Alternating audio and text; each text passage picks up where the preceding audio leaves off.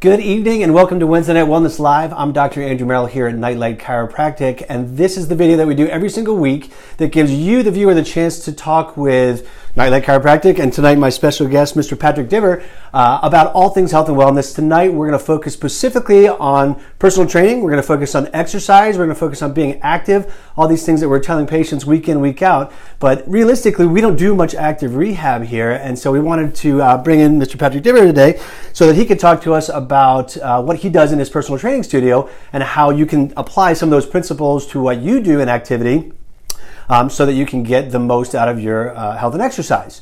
So, where do we start here? Welcome. Well, thanks for having me. It's good to see you. You too. So, let's start off with this. Your credentials. How long have you been doing what you've been doing, and what is it that you do?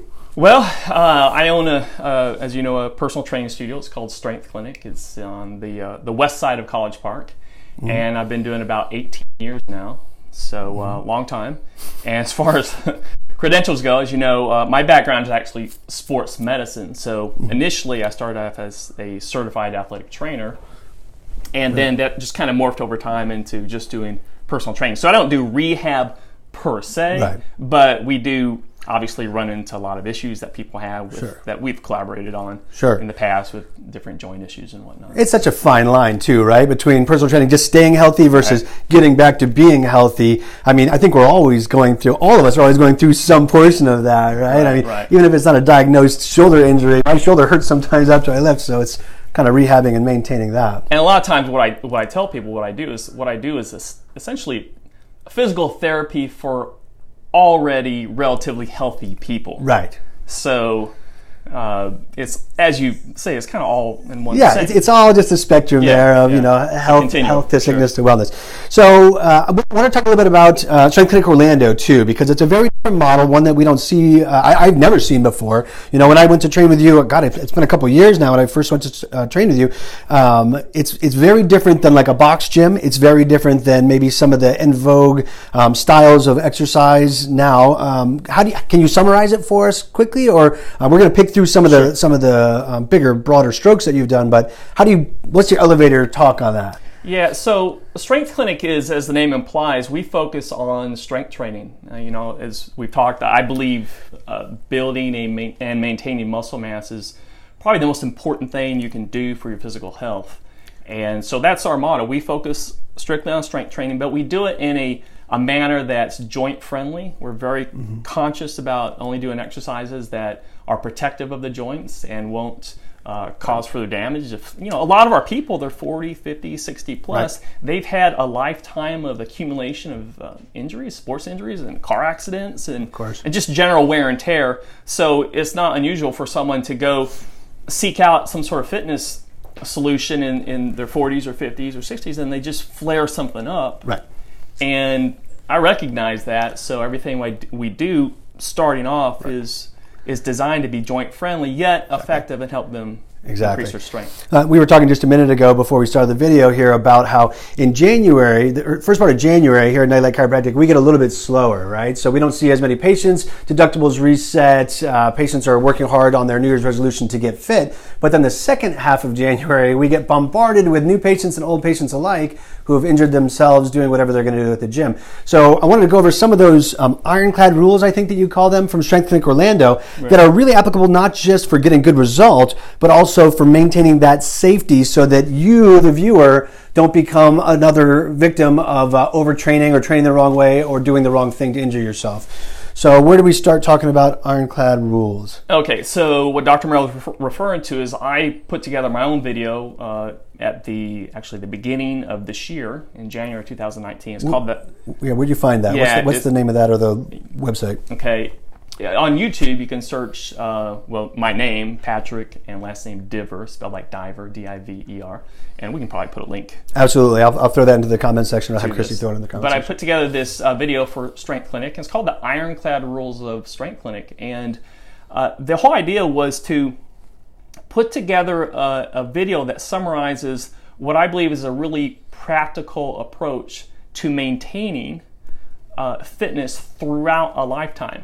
So the principles and what I talk about would be good for children, it'd be good for seniors, and take you all the way through. So what I've done is I've narrowed down, with my 30 years plus of experience, I've narrowed down to what I believe are the 8 most important things a person needs to focus on, and we can talk about those things if you want. Yeah, let's start picking through some of those.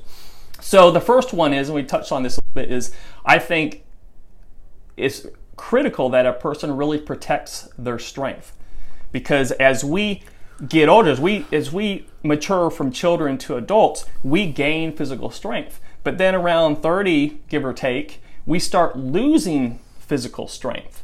And that has a lot of deleterious or bad effects on the body. Can I ask you a question real quick? Do you have to lose the strength? I mean, is it automatically going away once you hit 30?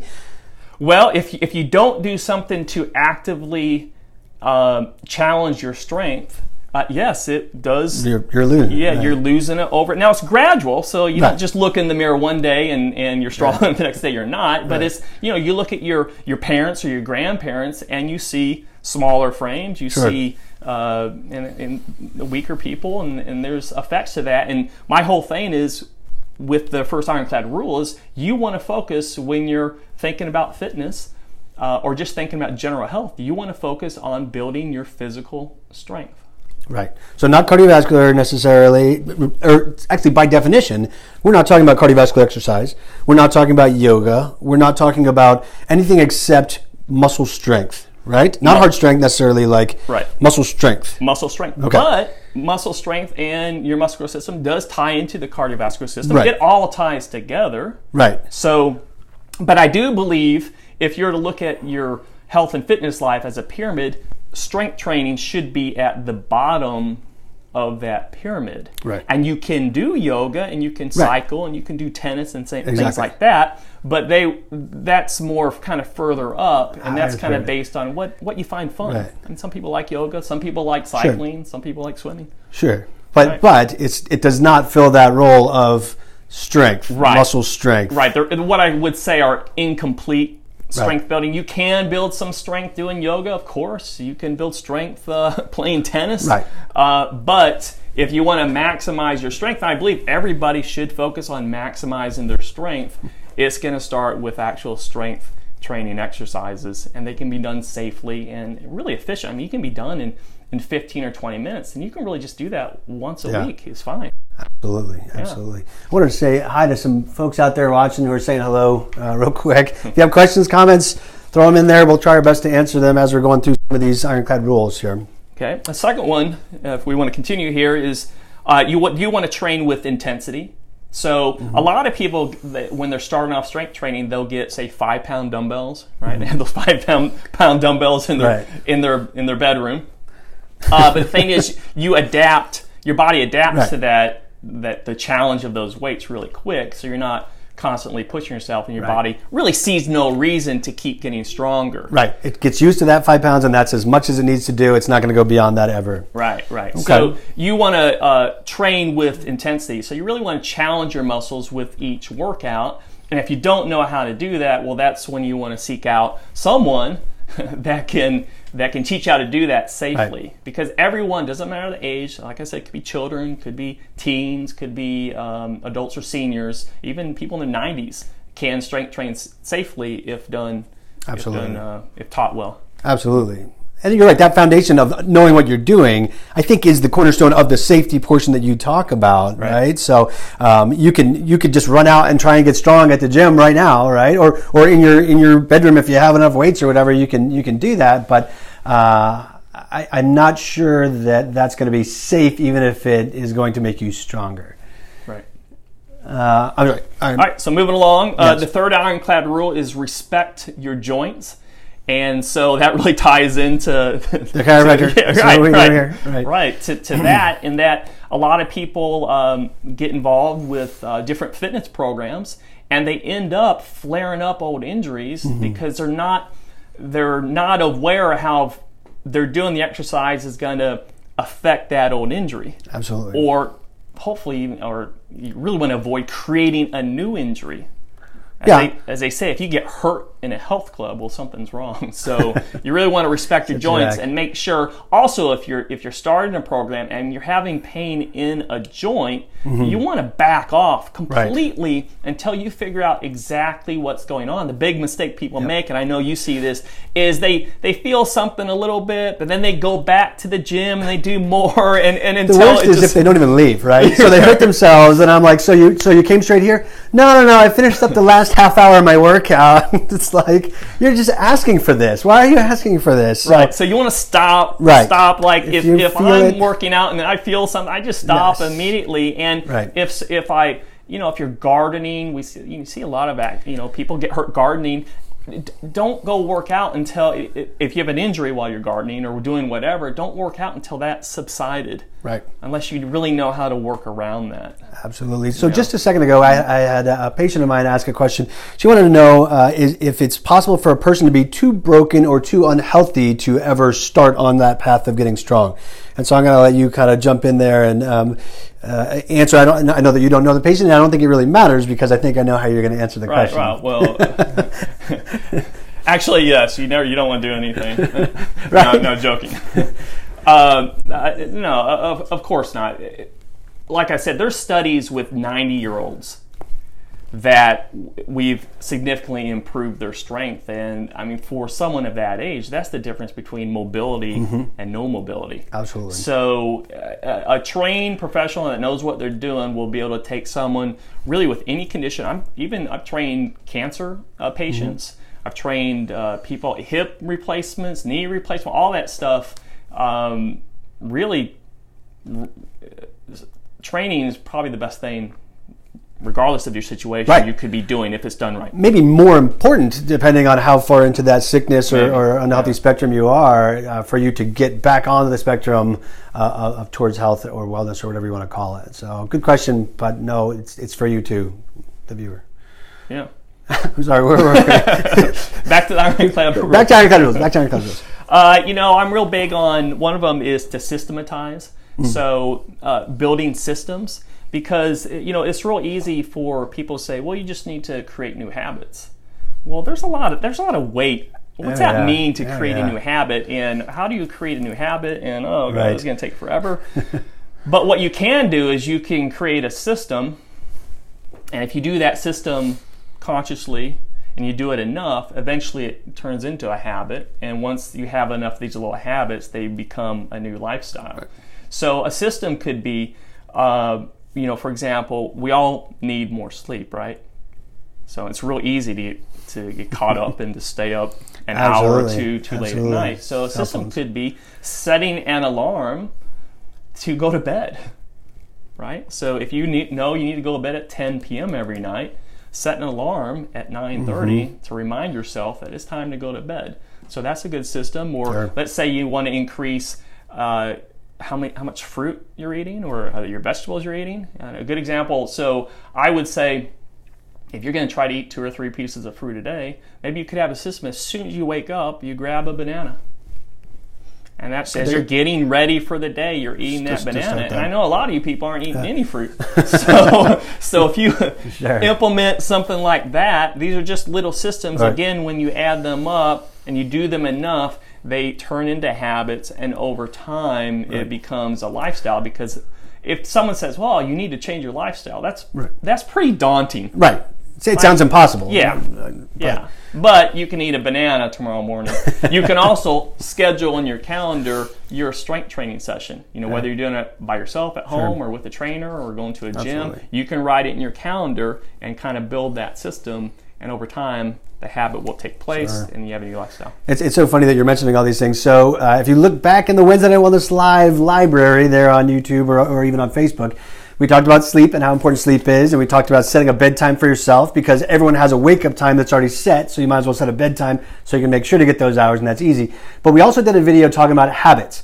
And so as we're talking about habits are kind of difficult to form, but once they're there, they're also difficult to break, right? So even though it's really difficult to start that habit of including strength training into your day or to your life, once it's there, it's there. So the good news is that you can almost put your brain on autopilot and not have to worry as you're going through the grind and the gruel of doing the training. And we were talking about this earlier.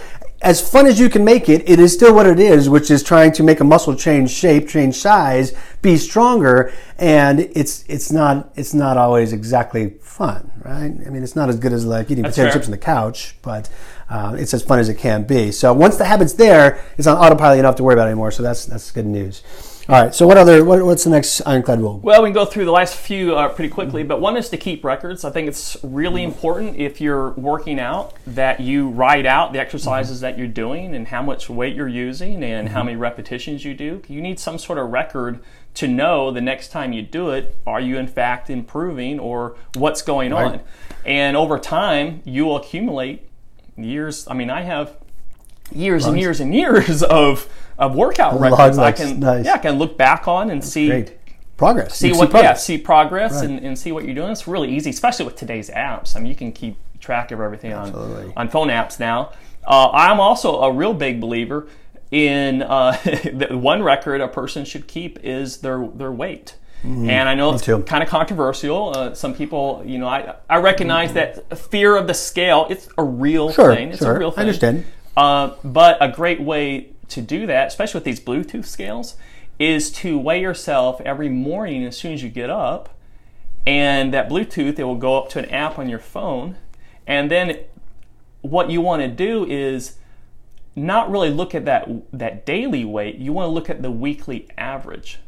Because your weight fluctuates so much day to day. I mean, it can go up 2, 3, 4% due to stress or medications or a whole host of things. So this is one record that's worth keeping because that weekly number will tell you, are you trending down? If you're trying to lose weight, that's good. Maybe you want to maintain your weight.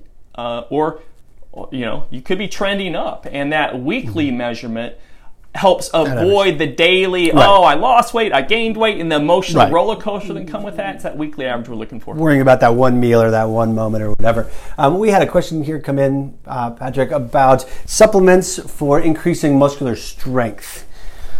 Well, you probably know I'm not a big supplement guy. I think we can get a lot of this just from food. I think creatine, creatine's probably, there's a lot of research behind creatine. It's not bad, but what I meant to say was just general protein powder is one that I think most people can get on board with, and it's easy to make into a smoothie with fruit. I actually put vanilla protein powder in oatmeal, believe it or not. It's not bad. Creatine has a lot of research behind it. I got a quick funny story about that. So I don't normally do creatine, but I recently found some creatine back in the back of my pantry, and so I added it to my smoothies last week.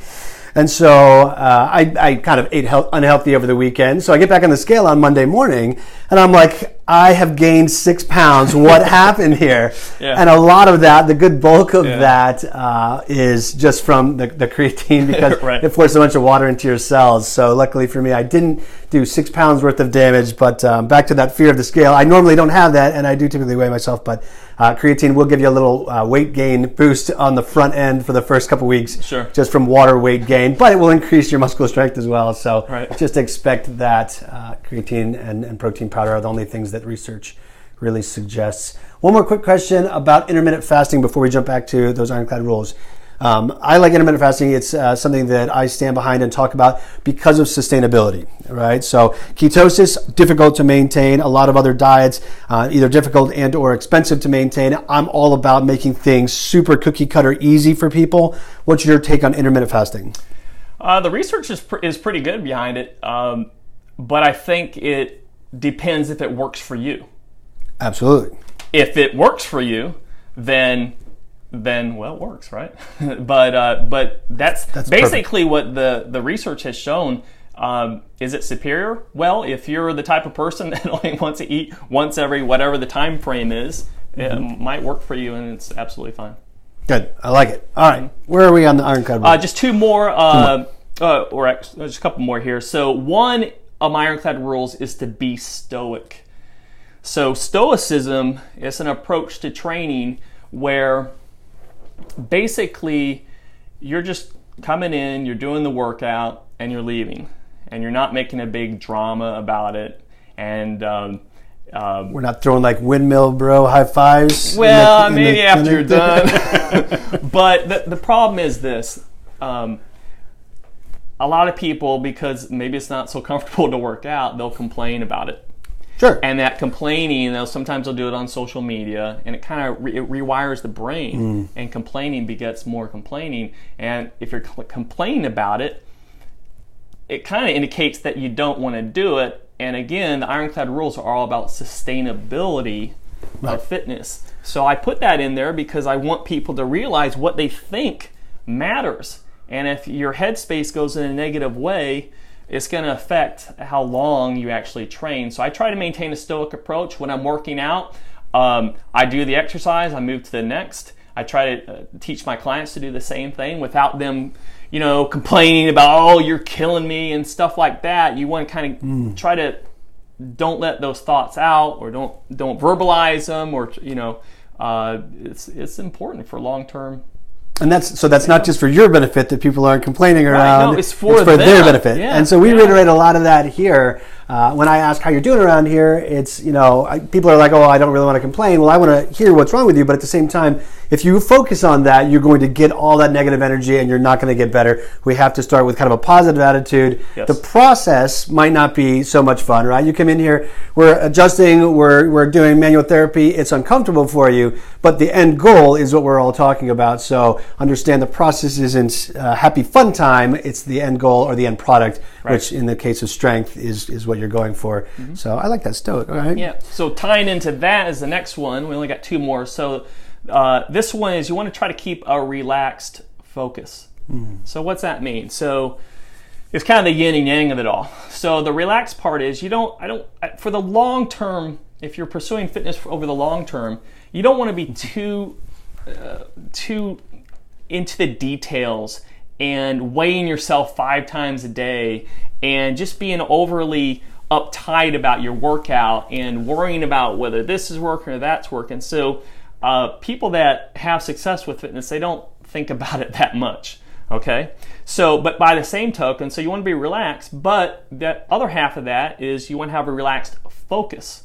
So you can't be so relaxed that you don't do the workout, right, or it's easy to blow off your weekly workout. Come on, it's just once a week. Can't skip it. Right. That's too relaxed. Right. So that's why I say you want to have it relaxed. Don't over worry about it, but you want to be focused enough that you do it each week and each month, and next thing you know, the months roll into years and year and year and year, and the habit's there. You don't have to think about it anymore. Yes, that sounds like the right relaxed. Right. Okay, where are we? Well, the last one, the 8th Ironclad rule, we touched on this I think at the beginning, is you want to try to lead an active life. You just want to try to be active, and there's really kind of 2 reasons for it. One is it helps release kind of the feel-good chemicals in the brain. So it makes you feel better. And that really can depend on you. So if you like cycling, being active could be cycling for you on the weekend. Or if you're a runner, you go run. Or maybe you like gardening or hiking or swimming. So a lot of that stuff makes us feel better. And generally those activities are group activities in a lot of cases. So it's a social outing as well. So I encourage people to be active. But there's also a caloric. There's a caloric component to it. So if you're trying to maintain weight or trying to lean out a little bit, lose some weight, there's a slight caloric burn that you get from doing activities as well. That's helpful. So the last Ironclad rule is to be active. I like it. All right, so there was a couple of questions that I wanted to ask you, I think, or just kind of like your input on a couple of these things. We talked about sustainability. Group fitness is really big right now. Your quick kind of 2 cents on group fitness? I think group fitness is fine if you have experience with the activities and exercises that you're doing. So you have to understand there might be 5 or 10 people in the group and maybe just one instructor. And so if you're not 100% on how to do the exercises, you might not get that individual attention you need. And one other thing I'd slightly caution about group activities is sometimes it's easy to get caught up in what people are doing. And if you're not ready for that, especially as a guy, sometimes your ego gets in the way. And what happens when your ego gets in the way? You come, you sit, you end up seeing You'll end Dr. up Merrill here because that would be relaxed, unfocused, right? Right. And that unfocused when you're Right. slinging around weights is a good way to get hurt and Right. end up in our office here. So you mentioned a minute ago about cycling, because I know that you're a big cycler. I see you all the time riding through Winter Park in Orlando. We see a lot of cycling accidents here. Do you have any tips or tricks that you could share with me or to some of my patients or viewers out there about what you can do to stay safe? I mean, it's just like we see a lot of car accidents here, but we see just as many of these cycling accidents nowadays. Yeah, wear a helmet. You better be wearing the helmet, okay? So everything else, don't even on the bike until the helmet's on your head. Helmet. These the little. Look, this isn't a great solution. The reality is, cycling in Orlando's not ideal. There's Sure. not shoulders on most of the roads. It can be pretty dangerous out there. So a lot of this is kind of at your own risk. But most of the bike shops now have lights that are easily attachable to the bike that blink. Sure. And there's different things that you can put on your bike that just make you stand out a little bit more. Wearing kind of high visibility clothing, Right. I would say helps a little bit too. But like I said before, the reality is it's a little bit dangerous It's here kind of dangerous, it's true. in It's Orlando. true. And then the last thing I wanted to talk about real quick, so there's a lot of these trends in exercise, right? If you look at kind of where the decade that's about to close here has started from and where it is going now, there's been a lot of stuff that's come and gone, right? I mean, a lot of stuff that's come and gone. Some stuff that's kind of come and stuck a little bit, but there's these trends in exercise, and I feel like a lot of them seem to come and go really fast. So do you have an explanation or maybe some insight into why some of these fads are just like a flash in the pan and the gym closes, a year later just like unceremoniously? Right. Well, the general fitness industry is about, if you look at the marketing, how it's generally set up, it's about excitement, and it's about fun, and it's about doing something new. So the fitness industry kind of sets itself up for things to move in quickly and then Right. move out. And then if you stick around long enough, I mean, I've been looking at this stuff for 30 years, it usually ends up cycling back See that around full at cycle, some yeah. point, or doing it 4 or 5 times if you've been watching it long enough. So just understand that it's mostly about kind of selling you the sizzle part. But like I said, I really think the base of what you should be doing should be strength training, Right. and then those other things you can kind of layer on top of that. Sprinkling as you see fit. Yeah, one thing we didn't talk about, and I want to mention this because it really drills down to the why I think strength training is so important, is research over the last 20 years has identified the muscle system as an endocrine organ. So much like your thyroid. So an endocrine organ is releasing chemical messengers throughout your body. And what's interesting is it affects systems in your body that you might not be aware that has anything to do with your They're muscle. linked, sure. Like, for example, your immune system. Your immune system is Absolutely. affected by your muscle mass. Your anti-inflammatory response is affected by your muscle mass. Your blood glucose metabolism is affected by your muscle mass. So a lot of these things, I mean, research actually came out. They looked at like 130 different papers, research studies, and they showed that the researchers recommended that muscle mass be considered another vital sign when medical personnel look at you, That's interesting. along with blood pressure and your temperature and your weight. They want to include muscle mass because muscle mass is so linked to different health outcomes. Sure. So if you're, say, have breast cancer, your outcome is, through research they've shown, is you have a better outcome if you're going into that situation with more muscle mass. Sure. If you're in intensive care for whatever reason, your health outcome is better if you have more muscle mass. If you have any surgery for what... Muscle mass goes on and on. It's a Yeah, litany list. you're just like better off with more muscle mass. That's what I'm really so passionate about strength training, kind of the base of what you're doing, and then layer that with other things Sure. if you want to. I think that's fantastic. All right, so we've gone a little bit longer than I wanted to go, but can you tell the viewers out there where they can find you, more about you and you in particular? Yeah, well, I think we can put the link in the whatever Sure. we put online, but my website is mystrengthclinic.com.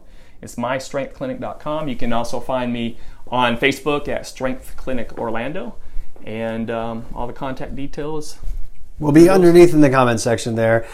Thank you, everybody, for watching here this week. We've seen a lot of viewers come through here. Again, I'm Dr. Andrew Merrill here at Nightlight Chiropractic. We do short-term care for long-term results, neck pain, back pain, headaches, and we would love to see you here at the office, just not in that 2-week period for a sports injury. Thank you, Mr. Patrick Dewar, for coming to visit us this weekend, and I'll see you next week.